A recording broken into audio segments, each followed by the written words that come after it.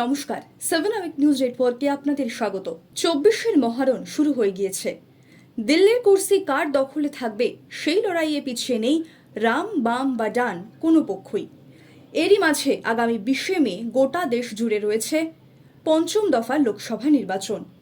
তার আগে শনিবার ছিল শেষ বেলার নির্বাচনী প্রচার পর্ব, আর সেই শেষ বেলার প্রচারে চূড়ান্ত ব্যস্ত গঙ্গার এপার এবং ওপারের বাম প্রার্থীরা। কথা হচ্ছে হাওড়া এবং ব্যারাকপুর এই দুই হেভিওয়েট লোকসভা কেন্দ্রকে নিয়ে। এদিন সকালে দলীয় কর্মী সমর্থকদের নিয়ে নির্বাচনী প্রচারে বেরোলেন হাওড়ার কংগ্রেস সমর্থিত ও সিপিআই মনোনীত প্রার্থী সব্যসাচী চ্যাটার্জি। জাপানি গেট থেকে কদমতলা বাজার পর্যন্ত এক বর্ণাঢ্য মিছিলের মাধ্যমে জনসংযোগ সারেন প্রার্থী। আর সেই সঙ্গে জয়ের বিষয়ে আত্মপ্রত্যয় সব্যসাচী জানালেন যে তার কেন্দ্রে যে সকল প্রার্থীরা প্রতিদ্বন্দ্বিতা করছেন তার মধ্যে তিনি সবথেকে বেশি মানুষের কাছে পৌঁছেছেন। সাংবাদিকদের মুখোমুখি হয়ে কি জানালেন সব্যসাচী, শুনব। প্রথম দিনেও কনফিডেন্ট ছিলাম, আজও কনফিডেন্ট আছি, নির্বাচনের দিনেও কনফিডেন্ট থাকবো।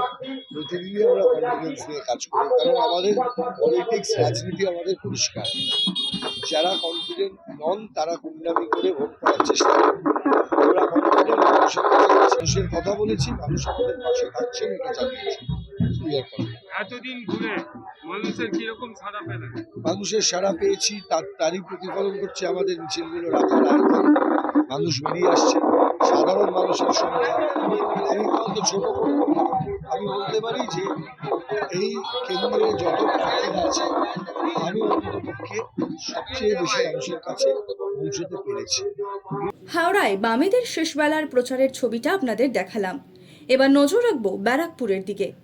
চলতি বছরের লোকসভা ভোটে অত্যন্ত গুরুত্বপূর্ণ আসন, একদা বামেদের শক্ত ঘাঁটি বলে পরিচিত এই ব্যারাকপুর কেন্দ্রটি।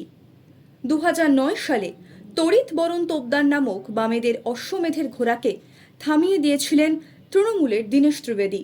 তবে তার জয়ের স্বাদ বেশি দিন পাওয়া হয়নি, কারণ 2019 সালের লোকসভা নির্বাচনে ব্যারাকপুর আসনটি তৃণমূলের থেকে ছিনিয়ে নেয় বিজেপি। ব্যারাকপুরের নয়া সাংসদ হন দোর্দণ্ড প্রতাপ অর্জুন সিং।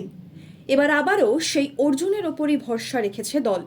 তবে তার আগে বঙ্গ রাজনীতিতে অর্জুন সিং যে দলবদলের খেলা দেখিয়েছিলেন তা সরাসরি রাজনীতির সঙ্গে যুক্ত না থাকলেও অজানা থাকার কথা নয়।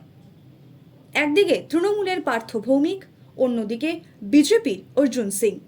যুযুধান এই টক্করের মাঝে পিছিয়ে নেই বাম প্রার্থী দেবদূত ঘোষও। বোমাবাজি বা খুন, একাধিক রাজনৈতিক সন্ত্রাসের ঘটনায় বারংবার উত্তপ্ত হয়েছে ব্যারাকপুর লোকসভা কেন্দ্রের অন্তর্গত ভাটপাড়া বিধানসভা এলাকা। আর এদিন পঞ্চম দফা নির্বাচনের আগে এই ভাটপাড়াতেই শেষ লগ্নের প্রচার সারলেন দেবদূত। সঙ্গে দলীয় কর্মী, আর রোদ থেকে বাঁচতে মাথায় টুপি। একেবারে সাধারণভাবে পায়ে হেঁটে বিভিন্ন দোকানে গিয়ে কিংবা পথ চলতি মানুষদের সঙ্গে কথা বলে জনসংযোগ সারলেন অভিনেতা নেতা দেবদূত। বামেদের শক্ত ঘাঁটি কি দেবদূত আবার তার দলকে ফিরিয়ে দিতে পারবেন? জনতার রায় জানতে হলে অপেক্ষা করতে হবে 4 জুন পর্যন্ত। হাওড়া থেকে রাজু ঝা ও ব্যারাকপুর থেকে সুফল মজুমদারের রিপোর্ট, 7 আওয়ার নিউজ নেটওয়ার্ক। আরও বিভিন্ন খবরের আপডেট জানতে হলে 7 আওয়ার নিউজ চ্যানেলটিকে সাবস্ক্রাইব করতে ভুলবেন না, কারণ আপনাদের একটা সাবস্ক্রিপশন আমাদের কাছে অত্যন্ত মূল্যবান। জয় হিন্দ।